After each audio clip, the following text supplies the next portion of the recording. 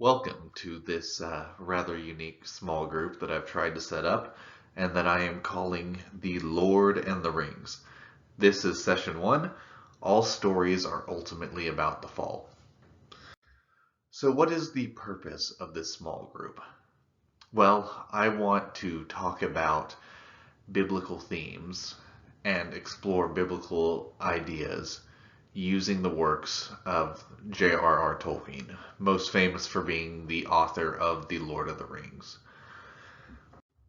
So what do I mean whenever I say the works of J.R.R. Tolkien? What am I referring to? Well, this is a very quick summary of the real-world information about Tolkien. So Tolkien was creating pretty much his entire life, and he would come to create the world that we now know as Middle-earth.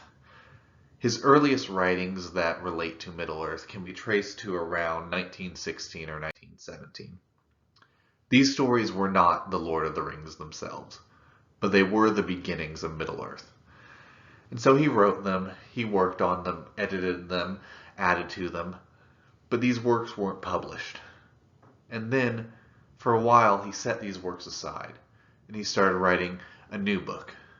And this book would become known as The Hobbit. Now, whenever he wrote The Hobbit, Tolkien didn't really envision it as being connected to those older stories that he'd worked on. However, he did kind of put in some references to those older stories, some little details. Today we might call them Easter eggs. But they were references that he never really intended for anybody else other than himself to get. I mean, how could they? He was referencing something that he'd written that had never been published. But nonetheless, he put in some references in The Hobbit to his older stories. And The Hobbit was published in 1937. And then Tolkien goes back and he edits those older stories some more and he adds more to them. Meanwhile, The Hobbit has become a success and the publisher wants a sequel. Tolkien pitches his older stories to his publisher. But his publisher isn't really interested in those older stories because the older stories don't have hobbits in them. The publisher wants a Hobbit story, something that can be marketed as a sequel to The Hobbit. So Tolkien sits down and he starts writing The Lord of the Rings. However, pretty early into the process, he begins to realize that he can take The Hobbit and The Lord of the Rings and he can connect them to those older stories. And not just by putting in some references here and there like he did at The Hobbit, but fully integrating them, that he can make all of these stories take place in one universe, one fully integrated world. And so as he's writing The Lord of the Rings, he adds more and more details from those older stories and integrates them more and more. The Lord of the Rings was first published in 1954 and 1955. First two volumes in 54, third volume in 55. And then once again, Tolkien goes back and starts editing and adding to those older stories. And he will continue doing this until the time of his death. But before he died, he asked his son Christopher to publish these older stories. And so even after J.R.R. Tolkien passed away, we still got more information on Middle-earth. We still got more books published. Most famously, the Silmarillion. I will be using all of these things. I will be looking at all of them throughout this small group, as well as some personal writings, some letters that Tolkien wrote. And I will be using them to explore biblical themes. Now, there will definitely be things that if you've seen the Lord of the Rings movies, you are going to recognize. But I think it is also more interesting to refer to some of his lesser known works, some of his details and stories that not everybody knows. I think that that would be interesting. I hope that you can find it interesting. But why Tolkien? Why did I create this small group? Did I just want to talk about my favorite author? Well, honestly, yes. But it's more than that. You see, Tolkien had a belief.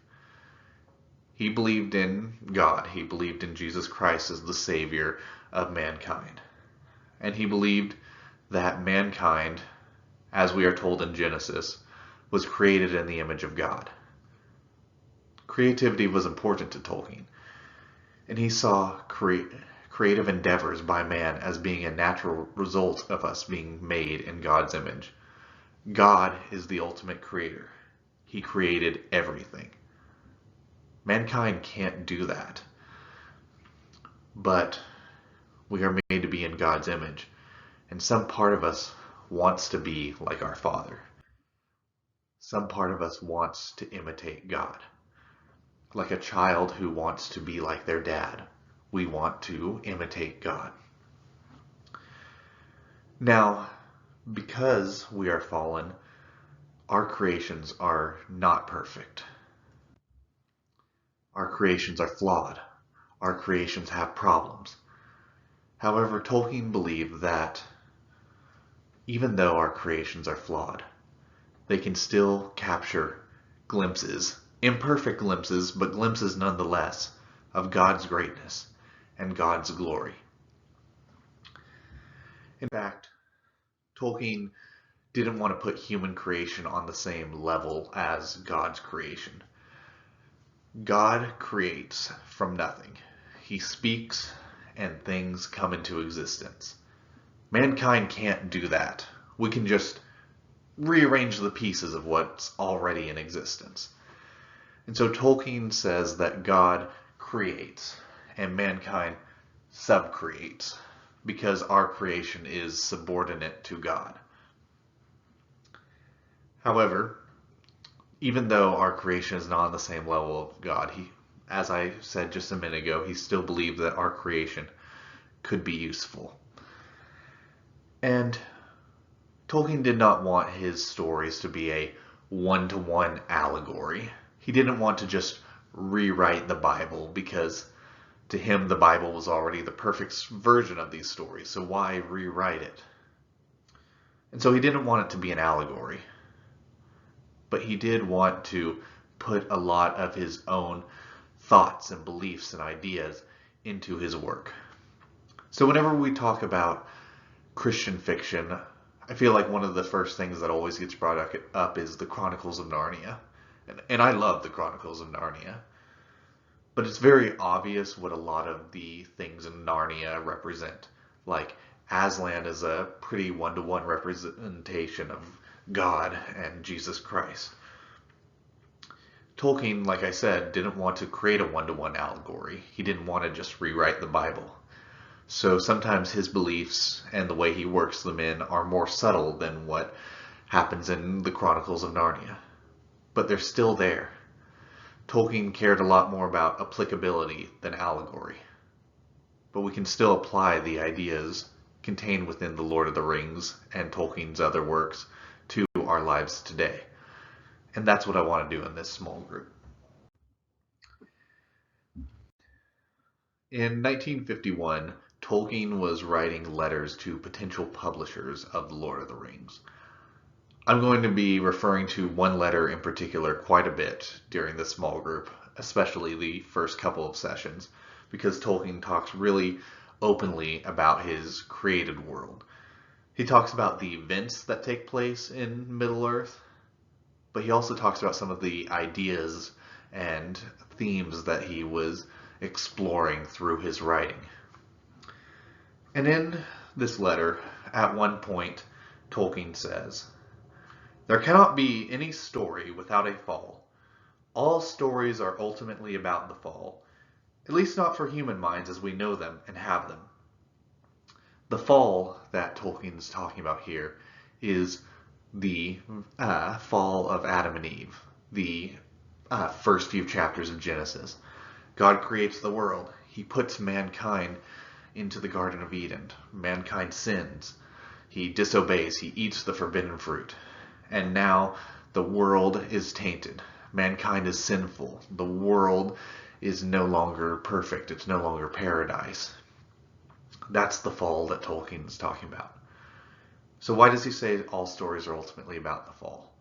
Well, because we live in a fallen world, because we are sinful, because our world is imperfect, we have problems and conflicts. And ultimately, almost every story that you read or watch or hear is about somebody dealing with a conflict or a problem that results from the fact that we live in a fallen world. Sometimes those conflicts are giant, world-shattering conflicts. And sometimes they're small, interpersonal or internal conflicts. But pretty much every story is about some character, real or fictional, dealing with problems that only exist because they live in a fallen world. In fact, we can't even really imagine what a perfect world looks like because our minds are fallen. I mean, we can kind of try to picture it, but it's kind of like a child's imagining. Like, we can picture it for a little while, but we don't really understand what it's like because we are fallen and we can't grasp a world that isn't fallen. And so I want to focus on the idea of the fall. How are we fallen? How is the world fallen? And how does that play out? That's kind of what I want to explore for the first couple of sessions of this small group. And to dive into this idea a little bit more, I want to talk about magic. In that same letter, Tolkien writes, I have not used magic consistently, and indeed the elven queen Galadriel is obliged to remonstrate with the hobbits on their confused use of the word, both for the devices and operations of the enemy, and for those of the elves. I have not, because there is not a word for the latter, since all human stories have suffered the same confusion. But the elves are there, in my tales, to demonstrate the difference. Their magic is art, delivered from many of its human limitations, more effortless, more quick, more complete, product and vision and unflawed correspondence. And its object is art, not power, subcreation, not domination and tyrannous reforming of creation. The elves are immortal, at least as far as this world goes, and hence are concerned rather with the griefs and burdens of deathlessness in time and change than with death. The enemy, in successive forms, is always naturally concerned with sheer domination, and so the lord of magic and machines. So this is not really how we talk in our modern vernacular. So what is Tolkien saying? What is one of the main ideas of this passage? So in this passage, Tolkien divides magic into two categories.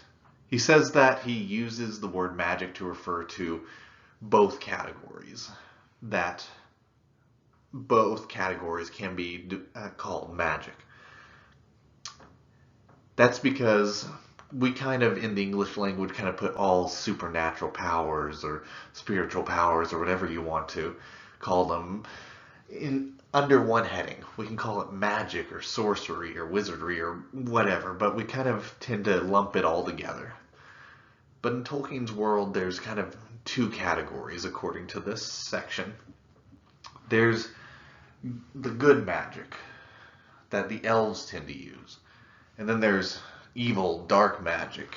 And that's the magic that Sauron and the villains of the Lord of the Rings tend to use. And we're going to dive a little bit more into this idea in a future session. But the main difference between these two categories of magic is how they are used. Elves tend to use their good magic for artistic expression, for creativity, whereas Sauron is concerned with power. He wants to use his magic to dominate. And so that's what we are going to talk about today. We are going to focus on the idea of domination. And so domination is a really dramatic word. One of the first things that we often think of is wars and battles and people attacking and conquering or enslaving other people. And unfortunately, that's been a common occurrence in human history, in our real world. and it's a common occurrence in the world of the Lord of the Rings. But in order to examine the first instance of domination, or at least attempted domination, we have to go back far, far before the events of the Lord of the Rings. And in fact, we have to go back to before the world itself was even created. So I'm not going to be able to read the entirety of the creation story of Middle-earth, but I'm going to summarize some of it. And this is basically how it goes. God is up in heaven, and he creates a bunch of other spirits to be with him.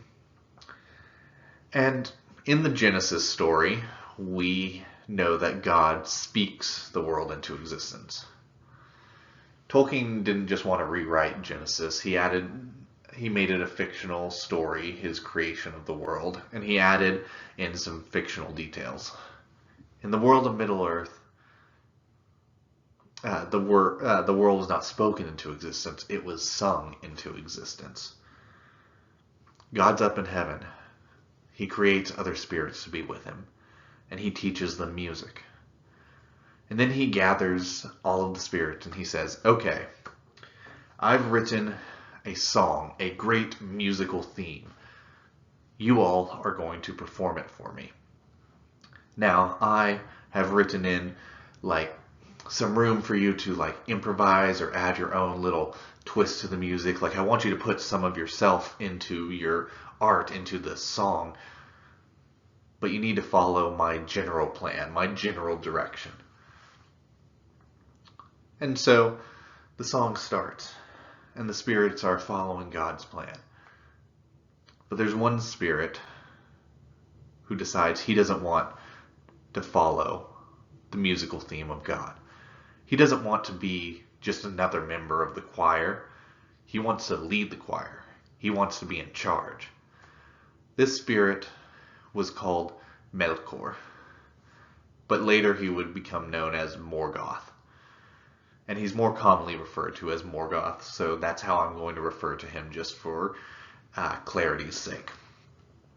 And so Morgoth decides he doesn't want to just be another member of the choir. He should be leading it.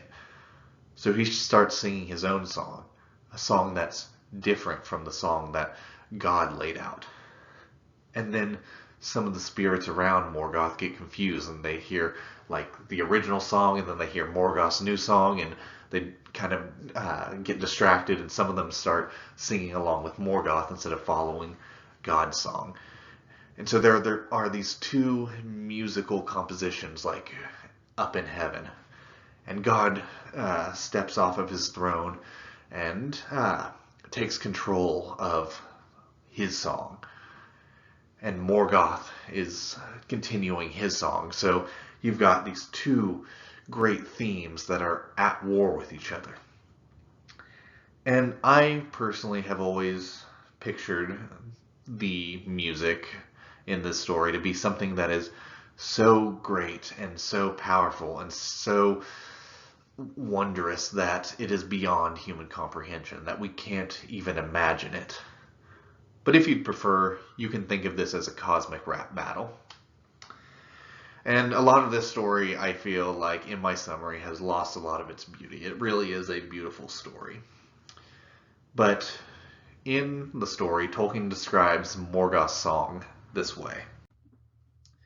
Morgoth's song had now achieved a unity of its own, but it was loud and vain and endlessly repeated, and it had little harmony, but rather a clamorous unison as of many trumpets sprang upon a few notes, and it essayed to drown the other music by its voice. Morgoth's song is powerful. Morgoth is trying to make it loud. He's trying to make it so loud that you can't hear the other song. You can't hear God's song. He's trying to make his song dominate God's song, trying to make it drown it out, trying to make his song so loud and powerful that nobody can hear God's. Unfortunately for Morgoth, he picked a fight he couldn't win. I'm going to skip over exactly what happens next because it will definitely come up later, and it's really a shame that I have to skip over it now, but because it's my favorite part of the story. But for time's sake, I'm going to save it for whenever it's actually more appropriate. But God wins. His song comes out on top, and Morgoth is reprimanded. And God reveals to the spirits that he's going to take the music that was sung and he is going to give it physical form. And that physical form is the world in which Middle-earth is set. And so God makes it into a physical place. And then some of the spirits descend into the world to do God's bidding, to do his will. But Morgoth also goes down into the world. And once again, he's not happy following God. He wants to be the one in control. And so he seeks to control the world, to conquer it.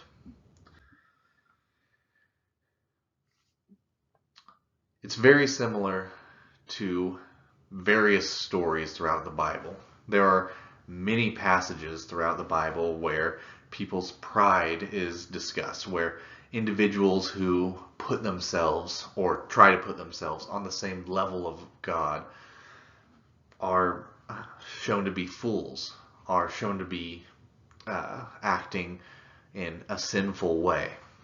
In Isaiah 14, we have, "How you have fallen from heaven, morning star, son of the dawn. You have been cast down to the earth, you who once laid low the nations. You said in your heart, I will ascend to the heavens. I will raise my throne above the stars of God. I will sit enthroned on the mount of assembly, on the utmost heights of Mount Zaphon. I will ascend above the tops of the clouds. I will make myself like the Most High." I could have chosen a million verses about pride and about this false idea of like putting ourselves or the things around us on the same level as God. It never works out well. It's never a good thing. And Morgoth wanted to make himself the Most High. He didn't want to follow the chorus. He didn't want to be a member of the choir. He wanted to lead it. Whenever he goes down into earth, he doesn't want to follow God's will and God's plan. He wants to be the one in control.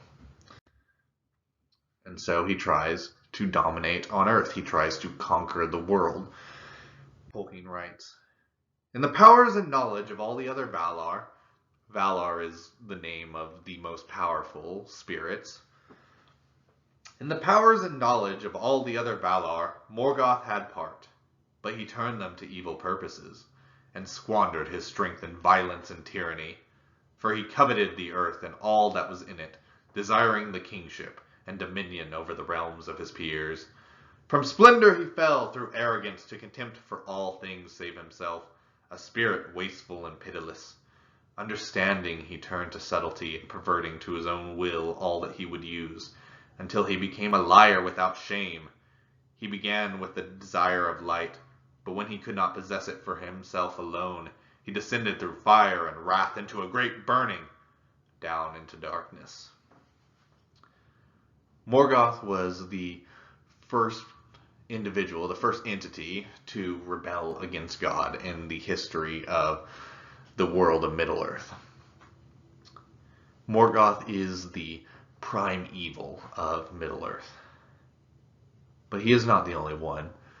All throughout Tolkien's fictional histories, we have individuals who are trying to conquer other people, who are trying to dominate them.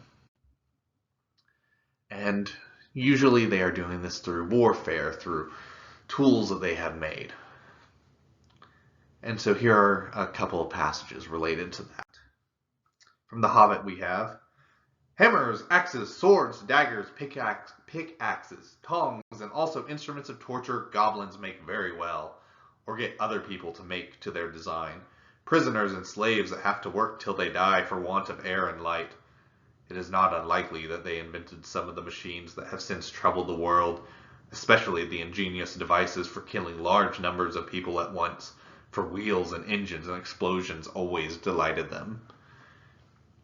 At the beginning of The Lord of the Rings, Gandalf meets with the White Wizard Saruman. And Gandalf thinks he's going to get help from Saruman, but Saruman ends up betraying him. Saruman joins with Mordor, with Sauron, in seeking to dominate and conquer. And whenever he's relaying this information, Gandalf describes how Saruman imprisoned him and what he saw while he was imprisoned by somebody that he thought he could trust. I looked on Isengard now and saw that, whereas it had once been green and fair, it was now filled with pits and forges. And those pits and those forges are, of course, being used to make the armor and the weapons that Saruman's forces are going to use to try to conquer the world. But how does this relate to us? I don't know who, if anybody, is listening to this, and I don't know what your day-to-day life is like or what your job is, but I'm pretty sure that you don't work in the nuclear bomb factory. Most people don't have pits and forges in their backyard that they're using to make an army that they're going to use to try to take over their city or something like that. In fact, if I could snap my fingers and turn my city into my own little kingdom just like that, I don't think I would. That sounds really stressful to be in charge of even one city. So how do we apply the idea of domination to us today, to our everyday life? What does this have to do with where we are now? Well, conquering, enslaving, those are domination. But those are an extreme action. They are the action. And actions are pretty much always preceded by the attitudes of our heart and the focus of our minds. Domination doesn't start with going around and conquering people. It starts with the belief that my desires are what's going to rule my life. I'm going to make my wants, my desires, more important to me than the needs of those around me. That I'm going to make my plan more important in my life than God's plan. Whenever we decide that our own desires are the most important thing in our lives, that's whenever we adopt a domination mindset. Morgoth didn't start out dominating. That wasn't the start of his domination spree. It started with the thought of, I want to be the one in control. And it's the same for us. We might not all want to conquer the world. In fact, I'd say most of us don't. But we all want to have some level of control over the world around us. We want to feel like we're the ones in control of our lives, that we have the power. And sometimes that leads us to bulldoze the world around us. That leads us to disrespect the wills or the needs of those around us. That leads us to ignoring God. And that's a pretty bad thing. And I'm going to be honest, this is something that I struggle with. I have problems and struggles from my past that make me feel really uncomfortable whenever my life feels like it's outside of my control. And so I want to cling to power. I want to make things feel like I'm in control. But that's not a good idea, because I'm not supposed to be the one in control. And so now that we've kind of talked about this brings us to the Rings of Power. Sauron is the Lord of the Rings. Has to be rings for him to be the Lord of them. Whenever you first open the Lord of the Rings books, one of the first things you are going to see before you even get to the main story is a poem.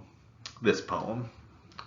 And I'm sorry, I've heard recordings of Tolkien and of the actor Christopher Lee reading this poem, and they're both British, and so I have a hard time with slipping into a bad British accent whenever I read this, so I'm sorry if that comes out in this reading. But the poem says, 3 rings for the elven kings under the sky, 7 for the dwarf lords in their halls of stone, 9 for mortal men doomed to die, 1 for the dark lord on his dark throne in the land of Mordor where the shadows lie. 1 ring to rule them all, 1 ring to find them, 1 ring to bring them all, and in the darkness bind them, in the land of Mordor where the shadows lie. The 1 ring to rule them all, 1 ring to find them, 1 ring to bring them all, and in the darkness bind them. That part's actually written on the 1 ruling ring in The Lord of the Rings. And you can see very clearly that there is domination language at play. Rule them, find them, bring them, bind them. This is very clear domination. Sauron intended to use the 1 ring to dominate, to control, to have power over the elves. But there was a subtler form of domination at play. And so my wife recommended that I give you a bit of a heads up. I'm going to be giving you a little bit of a Middle-earth history lesson to provide some context to what I'm about to say. And I feel like it's needed context, but ultimately, this is a small group. This is a Bible group. I'm not teaching a Middle-earth history class. I can probably be persuaded to teach one at some point, but that's not the point of this. So I'm going to go into some Middle-earth history now, but I'm going to loop it back, so stay with me for a little while. Because we need to talk about the unease of the elves. So this is a very simplified version of things, but whenever God created the world, Morgoth, the spirit who rebelled against him, tried to take over everything. He didn't take over everything, but he got control of a lot of the eastern part of the world. The spirits who remained loyal to God came down and settled in the western part of the world. Whenever the elves came into being, they were first born in the eastern part of the world. And so the spirits who still followed God, they were really worried about the elves, worried that Morgoth would capture or enslave them, worried that Morgoth's forces would hurt them and harm them. And so the spirits go over to the elves, and they take all the elves who are willing, and they go into the west with the elves. And there they establish this really peaceful, grand existence, almost a paradise on earth. And things are good for a while. But then, because of a series of events that really isn't important for this discussion, some of the elves go back. They leave the paradise and go back into the east. They go to war with Morgoth, a war that they can't hope to win. And in fact, they don't win. They lose. All of them are about to be enslaved or wiped out. But then at the last minute, an army comes out of the west. And that army overthrows Morgoth, scatters his forces, and the elves are saved. And then all the elves are gathered, and they are given a message from the spirits who still serve God.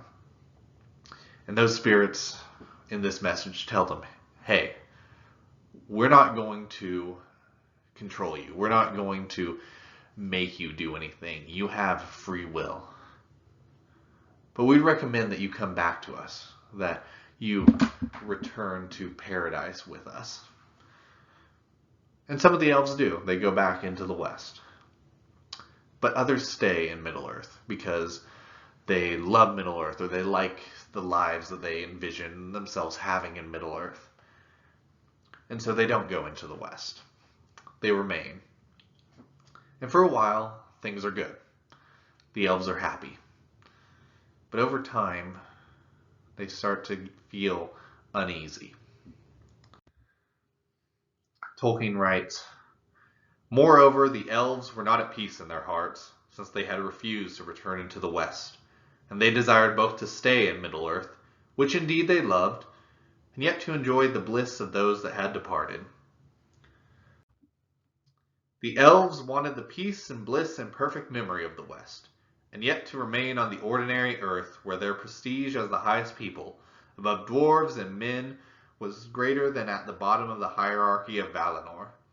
They thus became obsessed with fading, the mode in which the change of time, the law of the world under the sun, was perceived by them.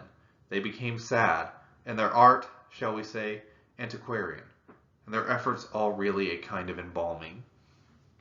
So, what does this mean? So Tolkien is saying that the elves who stayed started to become unhappy. They didn't want to return into the West. They didn't want to go to the paradise. Because if they did that, they would have to give up their prestige. They'd no longer be top of the food chain. They now would be at the bottom. They'd be underneath these spirits who themselves are underneath God. But these elves who are still in Middle-earth don't want to return into the West. They don't want to live under the rule of the spirits. They don't want to live under God's rules. They want to have power. They want to have prestige. They want to have dominion over their own lives, their own realms. They might not want to conquer the entire world, but they want their will to be done in their immediate surroundings. They want to be the ones in charge. They want to have their cake and eat it too. Tolkien actually pretty explicitly uses that language. I kind of wish I'd put that in the slide, but the elves don't want to give up their power. They want to keep their power, but yet have the happiness that comes from being in the West. And also they're afraid. They're seeing the world change rapidly. Like the other races who don't live as long, they change a lot faster than the elves, and things go differently for them. And so these other races are like building and growing and changing, and the elves, like who had once been at the top of the food chain, are now like looking at the world around them, and things are changing rapidly in their eyes, and they don't fully recognize the world that they're seeing. And they're starting to get afraid. They're afraid of losing their power. But they also don't want to go into the West. They want to keep some level of control over their lives, over their time on Earth. And so along comes a certain someone who is able to manipulate them using that fear. But at Eregion, great work began, and the elves came their nearest to falling to magic and machinery. With the aid of Sauron's lore, they made rings of power. The chief power of all the rings alike was the prevention or slowing of decay, i.e. change viewed as a regrettable thing, the preservation of what is desired or loved, or its semblance. This is more or less an elvish motive, but also they enhance the natural powers of a possessor, thus approaching magic, a motive easily corruptible into evil, a lust for domination. Sauron tricks the elves into forging the rings of power, using their fears against them. He convinces them that their problems will be solved if they forge these rings, that they'll be able to keep their prestige, keep their control, stop them from losing their dominion. Again, Sauron wants to conquer the world. He wants to control everything. The elves don't necessarily want to do that, but they want to control their own lives. They want to have control of their own spheres of influence, their own realms, to the exclusion of God's will. And they're able to be tricked because of this fear, because of this desire for control. So I don't know how many people who are listening to this have watched the Lord of the Rings series on Amazon Prime, which appropriately enough is called The Rings of Power. But personally, at the time of recording, the first season has ended. Second season, I think, is currently filming. I walked away personally kind of not having strong opinions on it. Like, there were some things that I really liked, some things I really hated, and so they kind of evened out and kind of leveled out where I didn't end up having like a strong hate for it, didn't end up with a strong love for it. But one thing I did dislike was kind of how the show talked about the idea of fading. Because the way that the show talks about it, it's kind of like, oh, the elves are literally dying, and if they stay in Middle-earth, they're going to die. They can save their lives if they go into the west, but if they do that, then they're leaving Middle-earth unprotected, and it will be easy for evil to conquer it. And so the elves forge the rings of power to try to prevent themselves from dying, and so that they can stay in Middle-earth and continue to protect it. And so the forging of the rings of power is kind of a necessary or even benevolent thing for the elves to do in this situation. Now, you could argue that we're seeing things in the show from a primarily elvish perspective, so maybe these are just like the things that the elves are saying to like justify the things that they're going to do. But I don't know, it never really had the same feeling to me as what Tolkien describes. The elves are afraid. They don't want to lose their power. They don't want to lose their dominion. They don't want to submit to God. They want to have power over their own lives. They have a domination mindset. It hasn't gone as far as like Sauron or Morgoth, but they still want control over their own lives in a way that's unhealthy. So while I was kind of trying to figure out how to convey this idea of a domination mindset, a mindset of putting one's own will above the will of God, I was reminded of another book, a book that was not written by J.R.R. Tolkien, but instead was written by C.S. Lewis. Now, C.S. Lewis and J.R.R. Tolkien were contemporaries. They knew each other personally. And Lewis is the author of the Chronicles of Narnia. That's where the title of this slide comes from. It's a reference to The Lion, the Witch, and the Wardrobe. I was trying to be clever with the title. Not sure it worked, but either way, it's a reference to one of Lewis's most famous books. But C.S. Lewis had quite a few other works as well. And one work that I think is really great by C.S. Lewis is the Screwtape Letters. If you're unfamiliar with the Screwtape Letters, it has a really interesting premise, a really unique framing device. It is written as if it is a series of letters written from one demon to another demon. And the demon who's writing these letters is named Screwtape, and he's like a professional demon. He's been tempting humans for years. He has climbed the corporate ladder and is now like a middle or upper management demon. And he's writing to Wormwood, a demon who is new to tempting humans. And in the letters, Screwtape talks a lot about human folly, mistakes that we make, problems with our thinking that can be exploited. And it's a really interesting framing device, but it also has really good theology, and it points out a lot of mistakes that humans tend to fall into.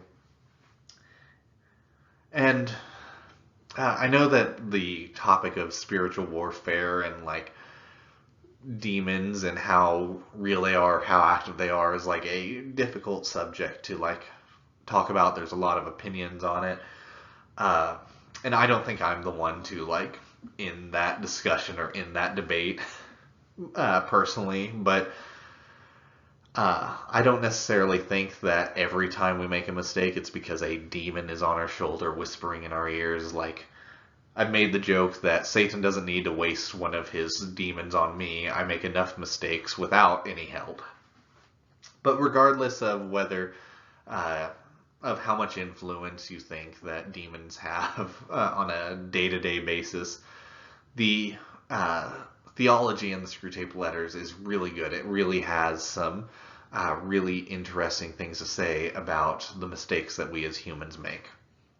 And I think because of horror movies, we've kind of been conditioned to think of demons as very dramatic things. Like they come in and they possess you, your face goes all crazy, furniture is thrown across the room, and you have a priest holding up a crucifix yelling out words in Latin.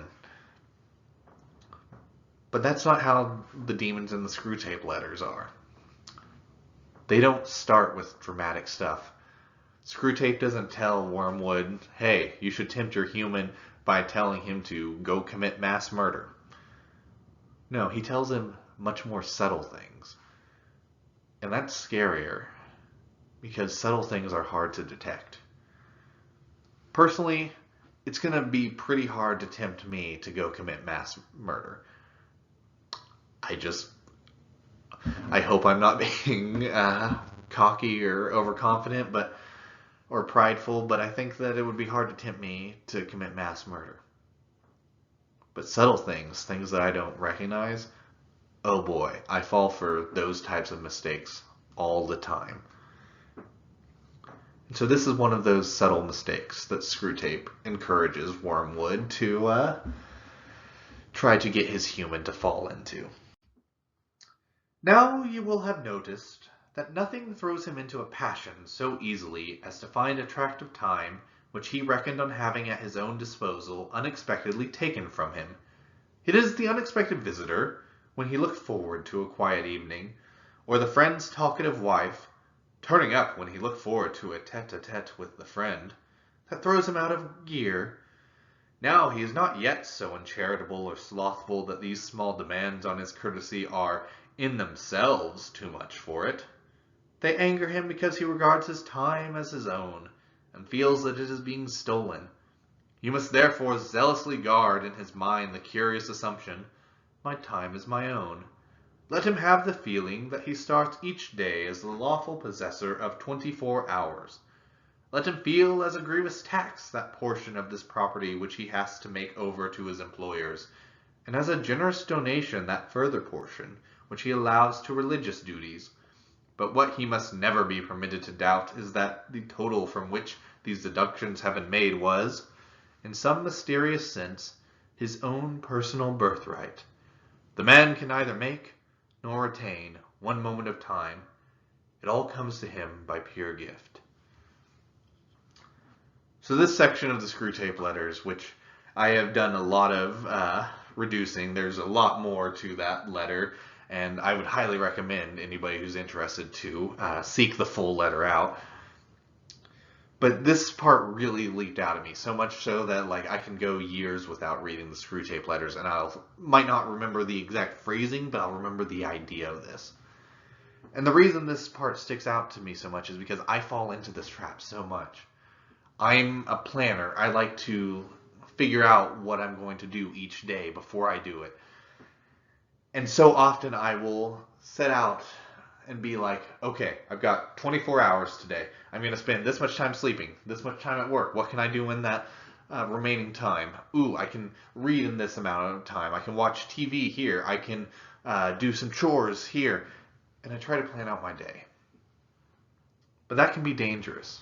One, it risks making God just another chore. I suppose I can slip my 20 minutes of Bible reading in here or there between organizing the garage and doing the dishes. And that's not the attitude we're supposed to have. But it also creates a domination mindset because I'm looking at my time. I'm making a plan and I'm wanting things to go my way. I'm wanting things to follow my plan.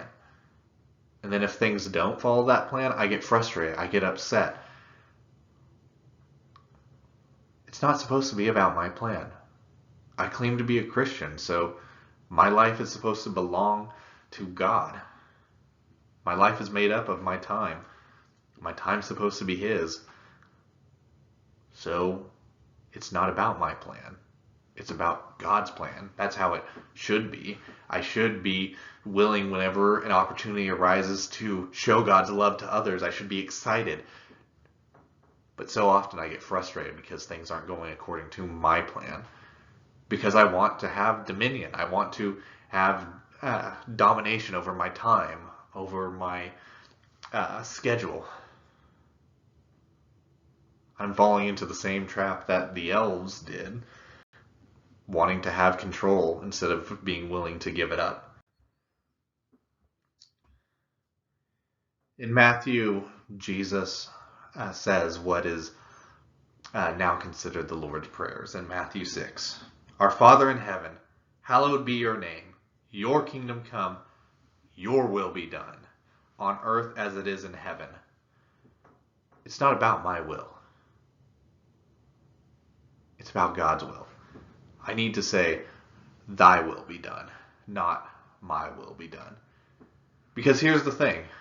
Like, if my happiness, or maybe I should use a more spiritual word, if my joy, if my inner peace, if those things are reliant on things going according to my plan, if I have to have my schedule be followed, if I have to be the one in control in order to be happy, then I'm destined to be unhappy all my life.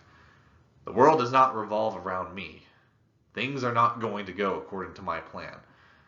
Everybody in the universe is not going to bend to my will. And I'm not supposed to care about my will. I'm not supposed to put myself as the one in charge.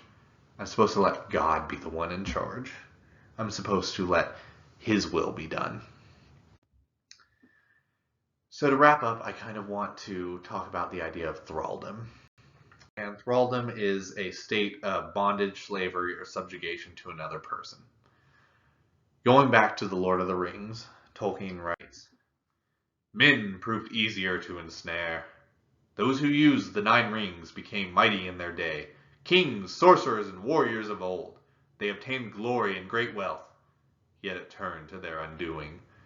One by one, sooner or later, according to their native strength and to the good or evil of their wills in the beginning, they fell under the thraldom of the ring that they bore, and under the domination of the one which was Sauron's.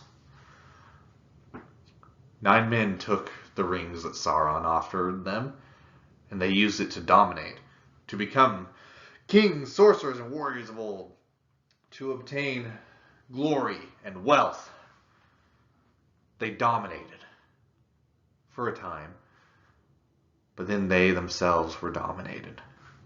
They became spirits, race without any will of their own, under the complete domination of Sauron. They turned into the ring race, the Nazgul, the riders in black cloaks from the Lord of the Rings. They sought to dominate, to enforce their own will, their control over their surroundings. But it didn't make them happy. It just put them into bondage. In the Fellowship of the Ring, Bilbo describes how he's feeling. And he doesn't quite understand it, but we know that this feeling that he has is due to his possession of the ring. I am old, Gandalf. I don't look it, but I'm beginning to feel it in my heart of hearts. Why, I feel all thin, sort of stretched, if you know what I mean, like butter that has been scraped over too much bread. I don't know about you, but I can feel like butter scraped over too much bread. So often in my life I feel that way. But most of the time whenever I feel that way, it's because I'm focused on my plans, my schedule, my time frame, the little list I've written out or typed into my phone, and I've decided that, whether I've said this out loud or not, I've decided that unless this is followed, unless this happens, I'm not going to be happy. But like I said earlier, the world is not going to bend to my will. It's not going to, and it shouldn't. because it's not supposed to be about me. It's supposed to be about God's will. Trying to dominate, trying to control everything doesn't lead to happiness. It just leads to disappointment. It just leads to frustration. If we try to be our own masters, if we try to put ourselves in control of our lives, to put ourselves in the station of God, we're going to have problems. And most of us don't try to put ourselves in the station of God, make ourselves on the same level as the Most High in everything. We don't want to literally control the universe, but in our own personal lives, we want to be on the same level as God. We want to make ourselves the ones who control our own lives, our own little area of influence. But that's not the way to happiness. That's not the way to peace. That's not the way to joy. The way to joy is by saying, Thy will be done. The ring race, the Nazgul, they are an extreme example. But they represent an underlying truth. Seeking your own domination doesn't lead to good outcomes. Oh sure, maybe for a little while. Maybe at the beginning you'll feel like you've become a king, a sorcerer, a warrior of old. Maybe for a time you'll have glory and great wealth. But in the end, there's not going to be joy. There's just going to be more sorrow. It's only by turning our lives over to God, by focusing on His plan, that we can feel fulfilled. And so we're going to continue from this point in the next session. We're going to talk a little bit more about our fallen nature and the ways that a domination mindset can slip into our lives and how to combat that. But in the meantime, I would like for us to think about areas of our lives that we're having trouble giving up control, that we're still too fixated on our own plans and our own desires instead of the desires and the plans of God.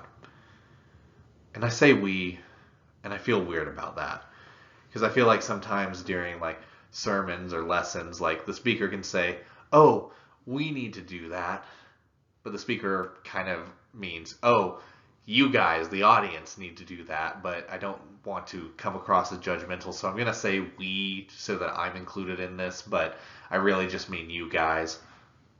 And that's not what I'm doing, because I'm bad about this. I really want to have control over my life. That's something that is a burden on me. Like, it is something that I struggle with. I'm the worst one about it, so I can't cast judgment on you. But I think that we're all human, and we all have those areas where, whether we want to or not, we start saying, my will be done. And so, over the next few days or weeks or however long you remember this lesson, I would just encourage you to think, how can I be okay with letting my plans, letting my desires take a back seat to the needs of those around me and to the will of God. Thank you for listening. I really appreciate you taking the time and for trusting me with your time. And I hope that in some way through this weird journey through Middle Earth that God can bless you. Thank you.